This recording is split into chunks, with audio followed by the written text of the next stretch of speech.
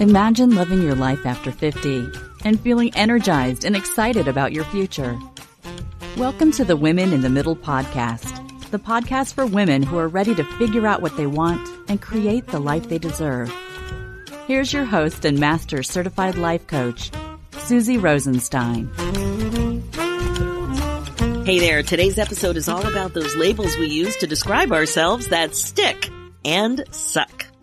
Let's go. Welcome back to the podcast Women in the Middle with over 1 million downloads and counting.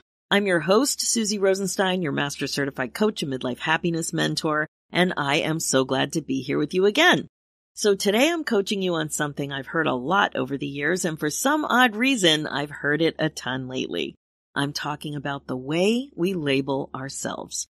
You know, what you call yourself, to yourself, in your mind, and sometimes to others too. It's the way you summarize something about what defines you. You might describe yourself in a certain way, kind of like putting yourself in a box. It's the way you think about who you are, your identity, or part of your identity. The thing is, sometimes you do this in a positive way, like maybe, yes, I'm creative, or I'm really musical. And this kind of labeling isn't usually problematic. Today's topic is more about when your labels aren't useful to you now, at your age, with your goals. Those kind of labels. And I have a feeling you may even have one of your personal labels in your mind right now. So hold on to that thought, because just quick, did you know that there's a fun way to hang with me and some other listeners of the show? Well, there is, and I'm excited to invite you to amplify your listening experience with the podcast by having more of a book club experience with all of the midlife stuff that we're talking about here. This is perfect for you when you're craving connecting with more women in the middle. You can join the Women in the Middle podcast club by just going to susierosenstein.com and just go ahead and click the podcast tab and you'll see podcast club listed there. Just click and away you go. That's where you join. Remember, if you're listening in real time, it's on sale. What are you waiting for? Let's do this. Okay, now here we go. Today's episode is all about personal labels, not the kind you iron on, but the kind you use to identify your strengths and weaknesses. But as I mentioned, mostly weaknesses, or at least that's what I'm coaching you on today. If you have a label or two for yourself, don't worry, you are so not alone. It's a common way that midlife gals become all mean girl on themselves. But it's more than that. Labels can be like 8 octopus arms with suckers, far-reaching and sticky.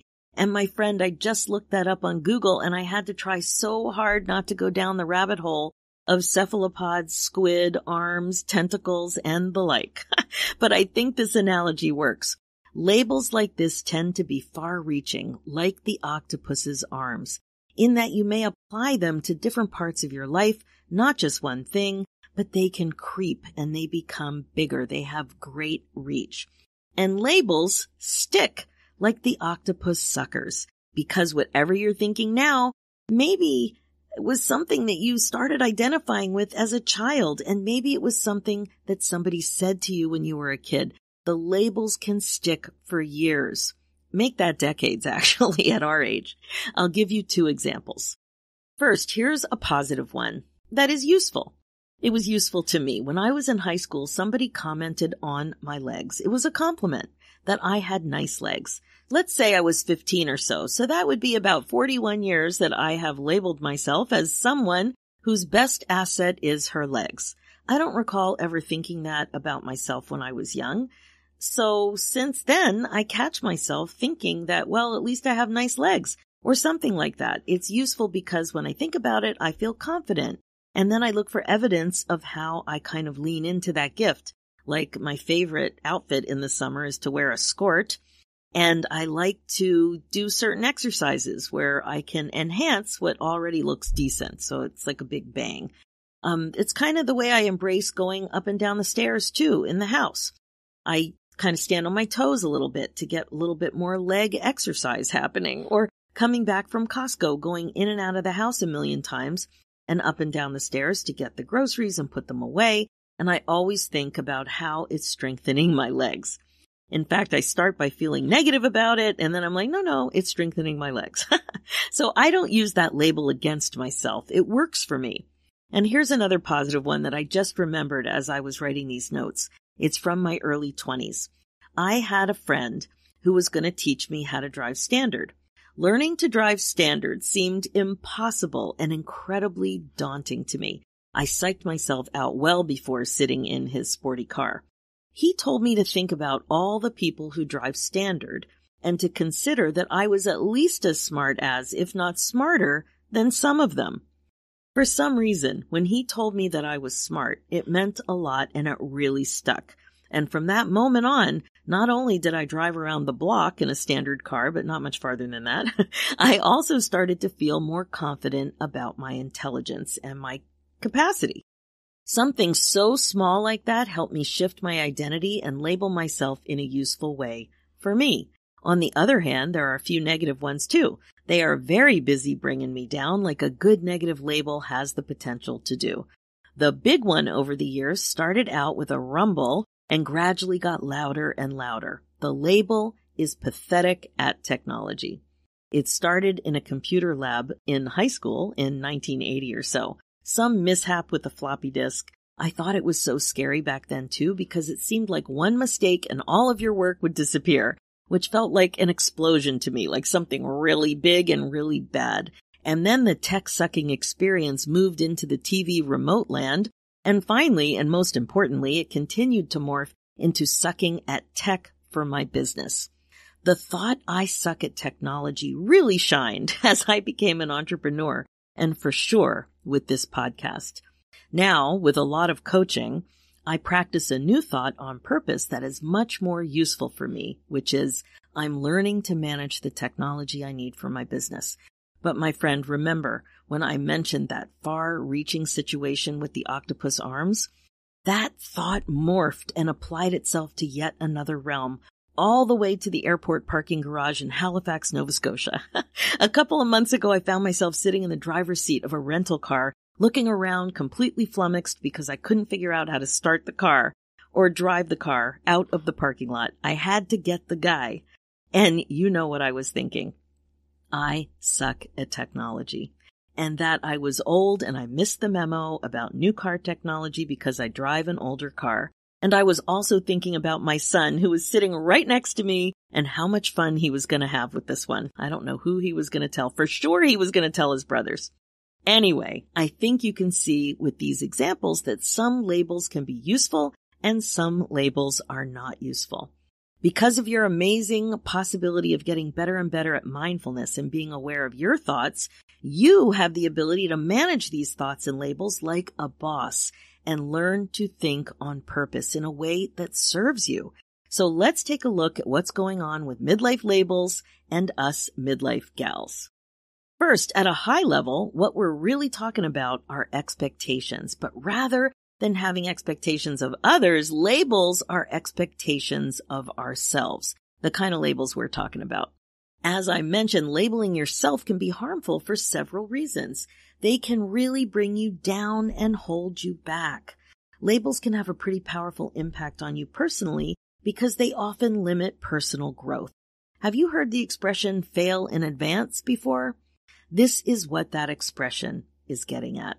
When you think about being bad at something or limited in some way about whatever it is, you might quit right off the bat. Your self-perception is that you just don't do things like that well, or you're just not good at this or that. You might even think that you have a predisposition for being bad at it.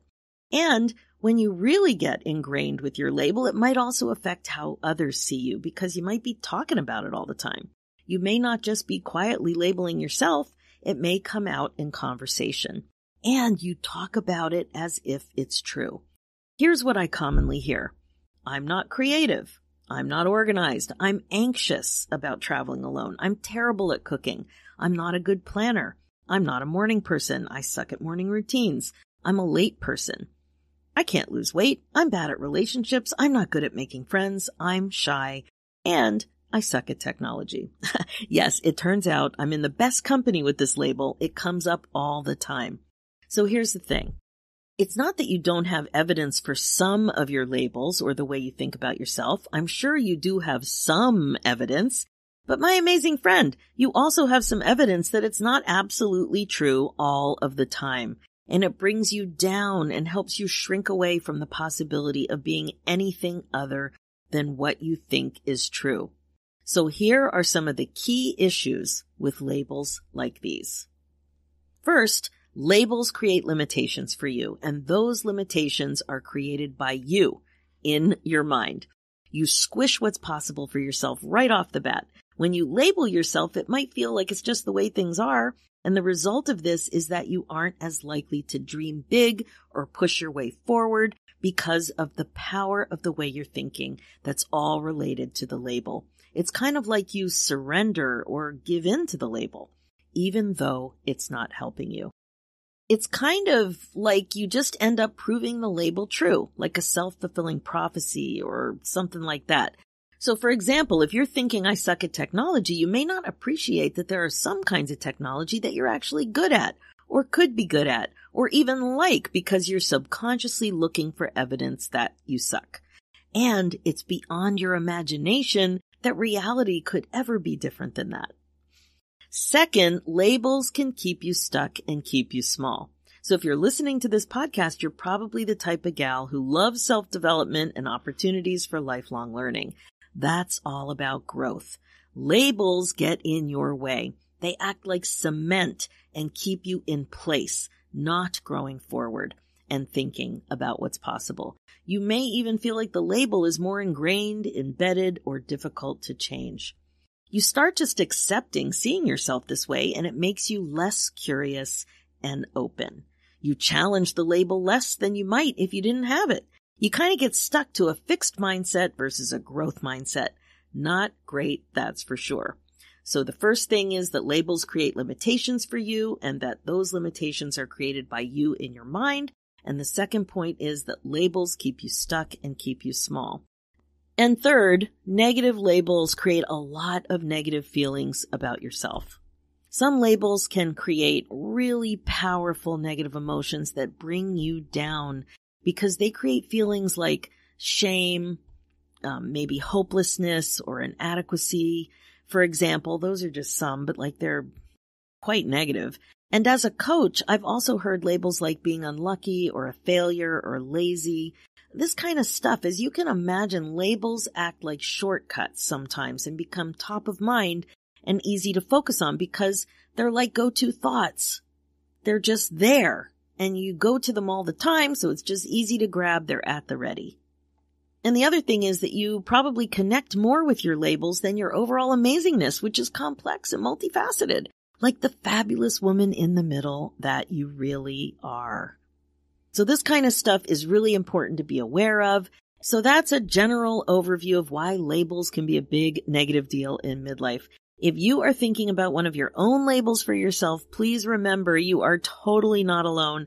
I hear about labels all of the time. They just flow out of my clients' mouths as if they are truth.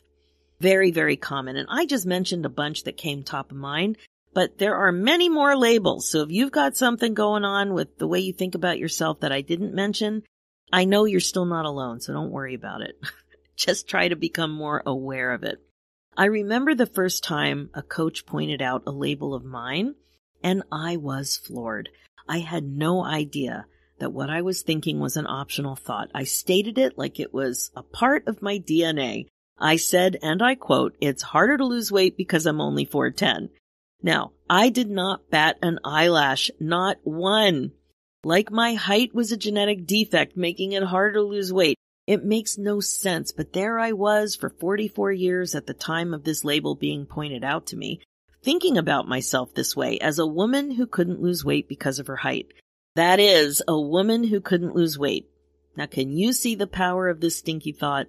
I failed in advance, and I didn't see that weight loss, even a couple of pounds, was possible for me too. I was wrapped in this label, and it stuck to me for decades. As your midlife coach, I have a superpower to find thoughts like these, labels like these that don't help you grow the way you want to. It's a classic case of how you might be getting in your own way. If you heard a friend or loved one speaking the way you do to yourself, you would notice. You would probably say something too. You wouldn't want them to think this way about themselves. and the alarm bells would ring for you because you would likely be concerned about the damage thoughts and labels like these could create. That's what would happen if you heard somebody else thinking this stuff. I'm sure you would notice at some level. Well, you're right. They are damaging. And there's good news. Thoughts and labels are optional, and you have the power to be curious about why you're thinking this way and make some intentional changes.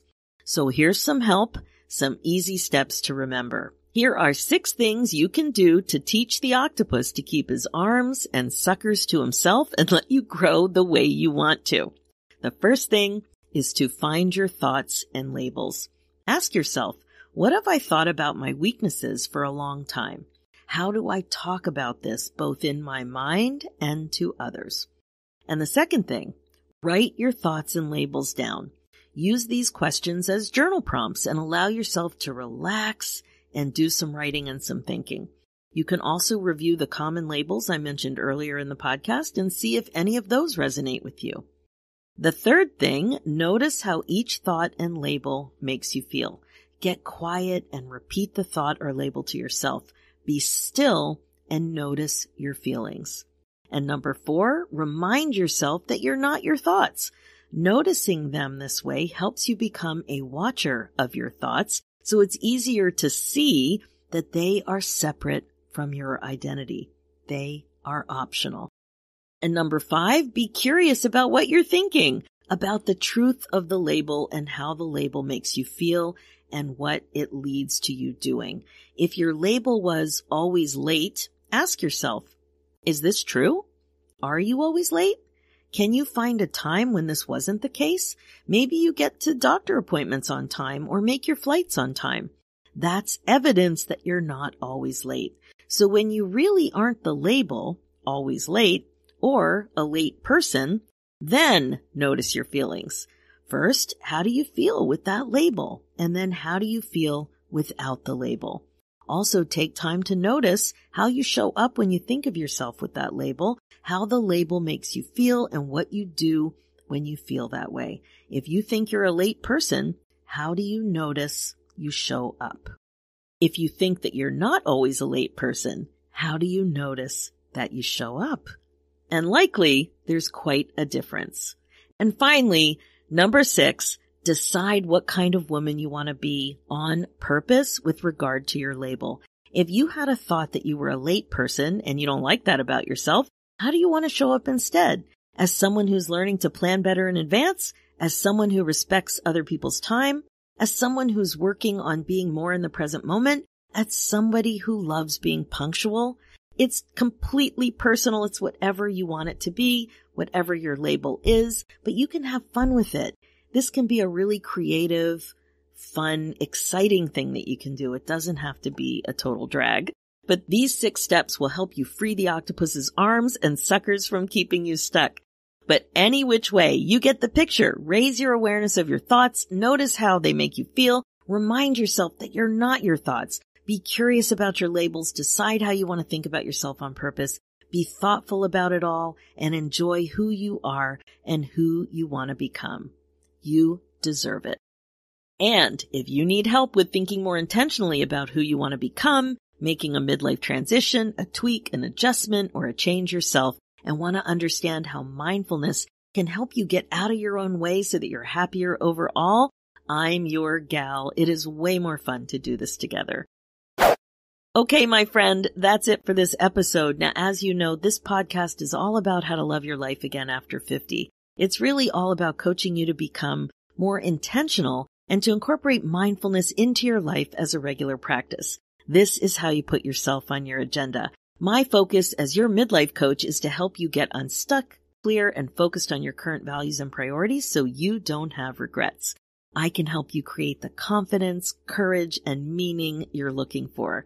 Are you ready to learn more? You're invited to book your momentum call at www.womeninthemiddleacademy.com, and we'll talk about how I can support you. You're also invited to purchase my new masterclass, Get Unstuck, Midlife Clarity Fast and Easy, where you can get clear about your next chapter priorities without spin, confusion, and overwhelm in less than an hour. Head over to www.midliferoadmap.com. And a small request, if you feel so inclined, you're also invited to leave a podcast review, which would be much appreciated and help other midlife gals find the show. Finally, for show notes and links, head over to www.susierosenstein.com and click the podcast tab and look for episode 375. You'll also see links there for my new show, Women in the Middle Entrepreneurs. Thanks so much for listening. It's time for you to put yourself first, one thought at a time. I'm Susie Rosenstein, and I'll talk to you next week.